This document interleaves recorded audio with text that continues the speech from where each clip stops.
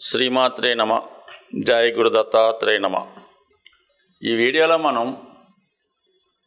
July 1వ తారీఖు నుంచి డిసెంబర్ 31వ తారీఖు మధ్యలో జరిగే సుమారుగా ఒక అర్ధ సంవత్సర ఫలితాలు 2024లో రెండవ భాగం ఏ విధంగా జాతకుడికి ఉండబోతుంది.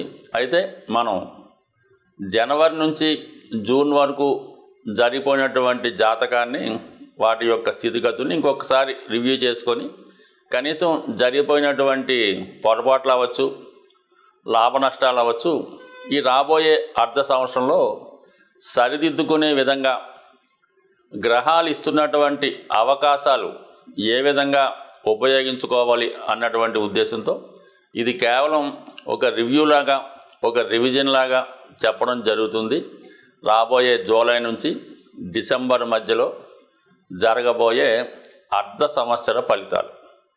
మరి మేజర్గా ప్రథమ భాగం మనం చూసుకున్నప్పుడు ఇంచుమించుగా మనకి శని భగవానుడు, అలాగే గురు భగవానుడు మరి డైరెక్ట్ మోషన్లో ఉంటూ జాతకుడికి డైరెక్ట్గా ఫలితాలు ఇవ్వడం జరిగింది.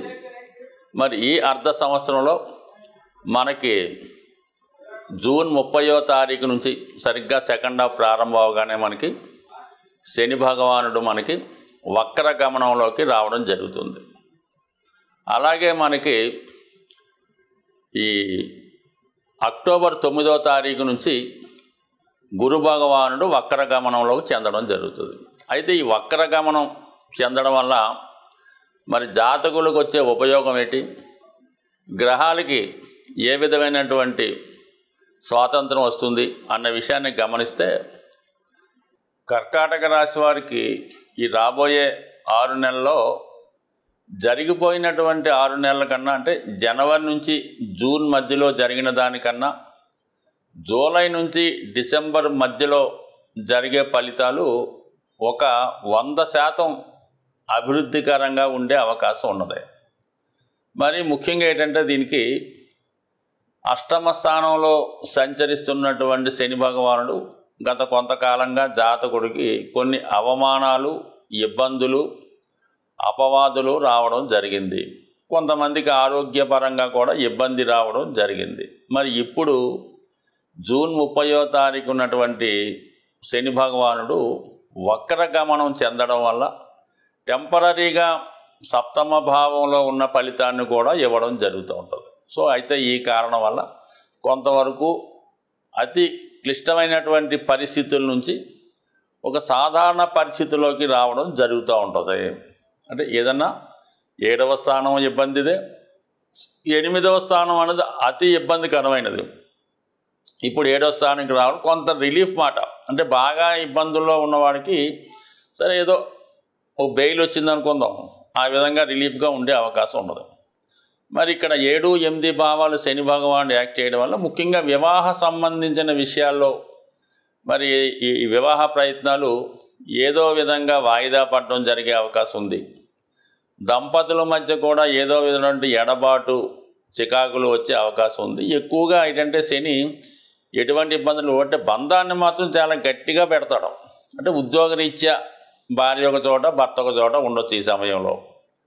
లేదనుకుంటే ఇద్దరిలో ఎవరో ఒకరికి తీవ్రమైనటువంటి అనారోగ్య సమస్య వల్ల వైవాహిక జీవితంలో అనుభవించవలసినటువంటి ఆనందాన్ని అనుభవించలేకపోతుంటారు. ఇది కొంతవరకు ఈ రాశి వారికి ఇబ్బందికర పరిస్థితి అయినప్పుడు కూడా అయితే ఆరోగ్యపరమైన విషయంలో గతంలో కన్నా కొంత స్టామినా పెంచుకోవడం జరుగుతుంది. జాతకుడికి లేదంటే జాతకురాలకి ఒక విధమైన ధైర్యం, ఓపిక వచ్చే అవకాశం ఉంటుంది. మరి ముఖ్యంగా ఈ రాబోయే అర్ధ సంవత్సరంలో వీళ్ళకి అత్యంత శుభదాయకమైనటువంటి ట్రాన్సిట్ ఏంటంటే అంటే జూలై 12 నుంచి ఆగస్టు 26 మధ్యలో కుజగ్రహం వృషభ రాశిలోకి వస్తూ అక్కడ ఉన్నటువంటి గురుగ్రహంతో కలిసి 11వ స్థానంలో సంచరించడం జరుగుతూ ఉంటుంది. ఇది ఒక అద్భుతమైనటువంటి కలయిక ఈ కర్కాటక రాశి వారికి. జూలై 12 నుంచి ఆగస్టు 26 మధ్యలో మరి కుజుడు ఈ జాతకానికి యోగకారకుడు, పంచమ దశమాధిపతి అంటే మీ యొక్క టాలెంట్కి తగిన ఉద్యోగం వచ్చే అవకాశం ఉంటుంది. ఒకవేళ మీకు కాకపోతే మీ సంతానం యొక్క ప్రతిభ వాళ్ళకి ఒక మంచి ఉద్యోగస్తుడిగా చేయడం జరుగుతుంది. వాళ్ళకి మంచి ఆదాయ వనరులు కూడా ఏర్పడడం జరుగుతుంది. చాలా వరకు సొంత గృహం ఏర్పాటు చేసుకునే ప్రయత్నం ఫలిస్తుంది. అలాగే మీ యొక్క రక్త సంబంధికులు మీకు అనుకూలంగా ప్రవర్తించే అవకాశం ఉంటుంది. సో ఏదైనా విశేషమైనటువంటి ఆనందం ఈ రాబోయే రోజుల్లో మీకు ఈ కుజుడు ప్రభావం రాబోతుంది. ఇక గురువు యాజిటీజ్గా మనకి ఈ రాబోయే 6 నెలలు కూడా వృషభ రాశి లాభస్థానంలోనే సంచరించడం జరుగుతూ ఉంటుంది. అయితే శుభగ్రహమైనటువంటి గురువు అక్టోబర్ 9వ తారీఖున వక్రగమనం పొందడం వల్ల విశేషమైనటువంటి బలం పుంజుకోవడం జరుగుతూ ఉంటుంది. అంటే పాపగ్రహాలు వక్రించినప్పుడు తమ యొక్క పాప ఫలితాన్ని ఎక్కువ చేసుకుంటే, శుభగ్రహాలు వక్రించినప్పుడు మాత్రం ఖచ్చితంగా అవి తన యొక్క ఫలితాలు శుభ ఫలితాలు పెంచుకుంటూ మిత్రస్థానం అయినటువంటి మేషరాశిలో వచ్చే ఫలితం కూడా ఈ రాశి వారికి రావడం వల్ల ఖచ్చితంగా జాతకుడు ఉద్యోగంలో అభివృద్ధి రావడం జరుగుతూ ఉంటుంది. గతంలో కన్నా చాలా ఫ్రీగా హ్యాపీగా సంతోషంగా ఉద్యోగం చేసుకుంటారు. ఉద్యోగంలో మీకు ఒక మంచి అధికారి యొక్క లేదంటే మంచి గురువు లభించడం వల్ల మీ వృత్తిని సునాయాసంగా పూర్తి చేసుకుంటూ ఆదాయం కూడా మీకు 100% కలిగే అవకాశం ఉంది. అదే కర్మస్థానంలోకి గురువు వచ్చినప్పుడు గత జన్మ పుణ్యఫలం కూడా మీకు అనుకూలించి ఈ జన్మలో ఉద్యోగపరమైనటువంటి ఇంప్రూవ్మెంట్ రావడం జరుగుతుంది. మరి 2, 6, 10 భావాల్ని గురువు యాక్ట్ చేస్తూ ఫైనల్గా 11వ భావంలో ఉండడం వల్ల ఏమవుతుందంటే కొత్తగా ఉద్యోగం ఎవరైతే ప్రయత్నం చేస్తున్నారో వాళ్ళకి ఖచ్చితంగా మంచి అవకాశం ఉన్నది. ఇక విడిగా మనం చూసుకున్నప్పుడు మీ కుటుంబం యొక్క ఆదాయం పెరుగుతుంది. అలాగే మీకు ఒక ఏదైనా సంస్థ నిర్వహిస్తున్న ఒక యజమానిగా ఉన్న మీకు మంచి పనివారు అంటే మీ యొక్క సహాయం కొరకు మీరు నిర్మించుకునే స్టాఫ్ నమ్మకస్తులే దొరకడం వల్ల మీకు సజావుగా సాగే అవకాశం ఉంటుంది. ఇంకా దశమంలో కూడా ఉండడం వల్ల ఓవరాల్గా వృత్తి 2 వ్యాపారం చేస్తున్న వాళ్ళకి ఉద్యోగం చేస్తున్న వాళ్ళకి కూడా ఖచ్చితంగా అక్టోబర్ 9 తర్వాత మంచి ఫలితాలు రావడం జరుగుతుంది. అలాగే జూలై 12 టు ఆగస్టు 26 మధ్య కూడా మీకు మంచి అనుకూలంగా ఉంది. కాబట్టి సాధారణంగా మరి ఈ రాబోయే 6 నెలలు మరి మొదటి 6 నెలల్లో మీరు పోగొట్టుకున్నది నష్టపోయింది ఏవైనా ఉంటే తిరిగి ఖచ్చితంగా మీరు రాబోయే 6 నెలల్లో పుంజుకోవడం జరుగుతూ ఉంటుంది. సో అలాగే మరి మిగతా గ్రహాల అనుకూలత కూడా మీకు ఇంచుమించుగా అనుకూలంగా ఉండడం మంచిది. అయితే కొద్దిగా రాహు 9లో ఉండడం వల్ల ఎక్కువగా మీరు కొద్దిగా ధర్మ కార్యక్రమాల్లో పుణ్య కార్యక్రమాల్లో ఎక్కువగా పాల్గొండి. ప్రత్యక్షంగానో పరోక్షంగా ఏ విధంగా కూడా దైవాన్ని దూషించడం కానీ మతాన్ని సాంప్రదాయాన్ని గురువుల్ని విమర్శించడం కానీ అది మానసికంగా అవ్వచ్చు పబ్లిక్లో అవ్వచ్చు ఏ విధంగా కూడా ధర్మానికి విరుద్ధంగా ప్రవర్తిస్తే మాత్రం భాగ్యస్థానంలో ఉన్నటువంటి రాహు మిమ్మల్ని అపకీర్తి పాలు చేసే అవకాశం ఉంటుంది. జాతకుడు తీసుకోవాల్సినటువంటి జాగ్రత్తలు పరిహారాలు మనం ఏదైనా జాతకపరమైన సమస్యలున్నా గోచారానికి సంబంధించిన సమస్యలున్నా వాటికి సంబంధించినటువంటి పరిహారాలు చేసుకోవడం వల్ల కొంతవరకు వాటి యొక్క తీవ్రత తగ్గడం జరుగుతుంది.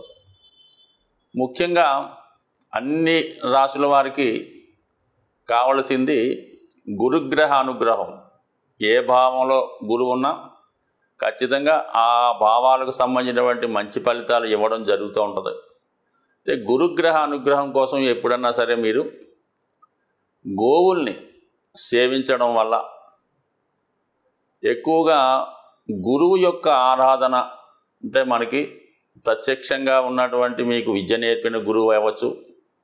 ప్రస్తుతం మరి షిరిడి సాయిబాబా వారు దత్తాత్రేయులు వారు అలాగే వెంకయ్య స్వామి గారు రాఘవేంద్ర స్వామి ఇటువంటి వారికి దేవాలయాల్లో మరి అక్కడ దేవాలయాన్ని దర్శించి తగు విధంగా గురువుని సేవించడం చేయడం వల్ల జాతకంలో గురువు బలవంతుడై మీకు మిగతా గ్రహాలు కూడా అనుకూలించే ఫలితం ఇవ్వడం జరుగుతుంది. ఇంకా తీవ్ర ఇబ్బందుల్లో ఉన్నవాళ్ళు ముఖ్యంగా అనారోగ్య సమస్య కానీ బాగా ఫైనాన్షియల్ స్ట్రగుల్ ఉన్నవాళ్ళు ఏం చేయాలంటే వారు గోశాల దర్శించి ఆ గోశాలలో వీరు ఎంత బరువు ఉన్నారు చూసుకోండి. సుమారు ఒక 60 కేజీలు ఉంటాయి. ఒక 6 కేజీలు శనగలు మరి నానబెట్టిన కానీ వాటి ముడిసరుకు కానీ కొని ఆ గోశాలలో మీరు ఇవ్వాలంటే మీరు ఆవుకు ప్రత్యేకంగా పెట్టగలరు. మీ వెయిట్కి 10వ వంతు బరువు ఉన్నది ఇవ్వడం చేయడం వల్ల, లేదంటే ఎక్కువగా మీకు ఆర్థికపరమైన సమస్యలు ఉన్నాయి, ఏ విధంగా కూడా ముందుకు వెళ్ళడం లేదు, ఈ పెళ్లి సంబంధించిన సమస్యలు, స్థిరాస్తి గొడవలు ఇవన్నీ కూడా కామన్గా ఉంటాయి అందరికీ. వాళ్ళు ఏం చేయాలంటే మీరు ఒక అరటిపళ్ళు గెల ఏదైనా కొద్దిగా మనం ప్రయాణం చేస్తే మరి రోడ్డు దాటిన తర్వాత కొద్ది రిమోట్ ఏరియాకి వెళ్తే ఎక్కువ కోతులు ఉండే ప్రాంతాలు వస్తుంటాయి. ప్రతి ఒక్క ఊర్లో కూడా చిన్న చిన్న అడవులు అవి ఉండడం వల్ల కోతులు ఉంటుంటాయి.